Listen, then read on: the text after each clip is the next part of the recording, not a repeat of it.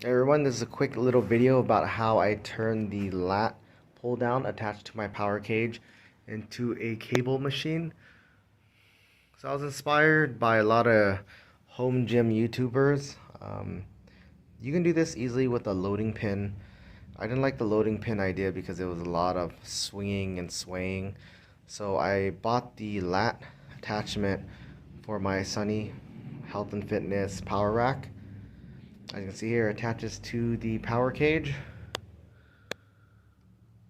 And then I just attached some pulleys to the pull-up bar and turned it into a cable machine. So anything that requires pulling from overhead down, I attached to the top, and then vice versa. So these cables are attached to this pulley, which is attached to the pull-up bar, and the cables are attached down here. And here is the opposite setup. So the two pulleys are attached to the band pegs of the power rack, and the cables are attached to the upper pulley of the lat pull down.